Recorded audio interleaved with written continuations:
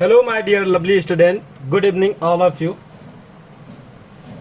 प्यारे बच्चों, आज हम सभी क्लास 10th मैथ एनसीईआरटी का ट्रायंगल चैप्टर स्टार्ट कर रहे हैं, जिसमें सबसे इम्पोर्टेंट बेसिक प्रोपोर्शनलिटी थ्योरम, जिसे थेल्स थ्योरम बोला जाता है, आधारभूत समानुपातिका प्रमेय, हिंदी और इंग्लिश दोनों मीडियम के बच्चों को ध्यान में रखते हुए ये वीडियो बनाया जा रहा है।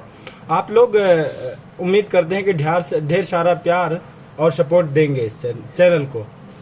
देखिए, स्टेटमेंट है कि if a line is drawn parallel to one side of a triangle to intersect other two sides in a distinct points, the other two sides are divided in the same ratio. Hindi medium के बच्चों के लिए कि यदि किसी त्रिभुज की एक भुजा के समांतर अन्य दो भुजाओं को भिन्न भिन्न बिंदुओं पर प्रतिच्छेद करने के लिए एक रेखा खींची जाए तो ये अन्य दो भुजाओं को एक ही अनुपात में विभाजित करेगी।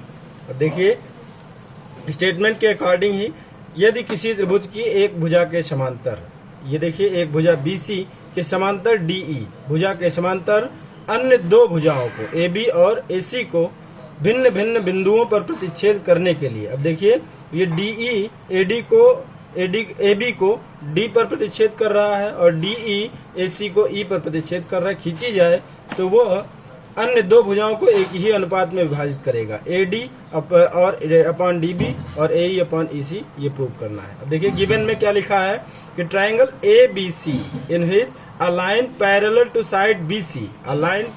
Side BC intersects other two sides AB and AC at D and E respectively। ठीक, इतना आपके समझ में आ रहा होगा। आइए आगे देखते हैं। डायग्राम यहाँ से हमने देखिए अलग से दूसरा बना दिया है कि आपको समस्या ना हो। डायग्राम भी हम लोग यहाँ से देखते रहेंगे।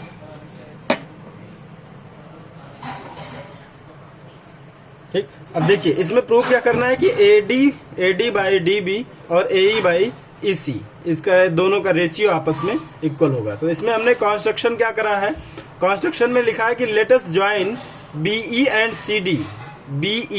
ये देखिए BE और CD को आपस में हमने ज्वाइन कर दिया, BE और CD को आपस में ज्वाइन कर दिया and draw DM perpendicular to AC। ये देखिए DM AC के परपेंडिकुलर एक लाइन हमने खींची है और इसी तरीके से EN परपेंडिकुलर टू AD के perpendicular EN perpendicular to AD। Sorry, यहाँ पे देखिए AB लिख गया है AD, ठीक नहीं, सॉरी AB सही तो है, AB ही रहेगा। देखिए AB, ठीक, AB के परपेंडिकुलर हमने एक लाइन EN खींचा। अब देखिए आइए सॉल्यूशन पे चलते हैं। इसमें सबसे पहले केस फर्स्ट सॉल्व करेंगे। दोनों ट्राइंगल ADE और DBE, ये दोनों ट्राइंगल लेंगे। हमको पता है कि किसी भी त्रिभुज का क्षेत्रफल 1/2 आधार गुणे ऊंचाई होता है, हाफ बेस इंटू हाइट। तो एरिया ऑफ ट्राइंगल ADE में AD बेस हो जाएगा और EN उसका हाइट हो जाएगा, ठीक, परपेंडिकुलर हो जाएगा। तो AD into EN half AD into EN हो गया। इसी तरीके से DBE में बेस क्या हो जाएगा DB और परपेंडिकुलर या हाइट EN हो जाएगा, तो हाफ DB इंटू EN। और ये दोनों ट्राइंगल मिल गया। इसका रेशियो हम लोग निकालेंगे, area of ADE upon area of DBE। इस तरीके से क्या हो जाएगा, half AD into EN upon half DB into EN।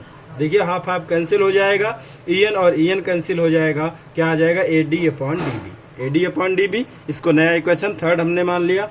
अब अगली स्थिति में देखिए फिर से हम लोग ट्राइंगल लेंगे ADE ये वाला ट्राइंगल, और दूसरा ट्राइंगल लेंगे DEC या ECD। ठीक, ये दोनों ट्राइंगल हमने ले लिया। इन दोनों ट्राइंगल का एरिया निकालेंगे जब AE बेस हो तो half area of triangle ADE equal to हो जाएगा half AE into DM, perpendicular क्या DM या हाइट।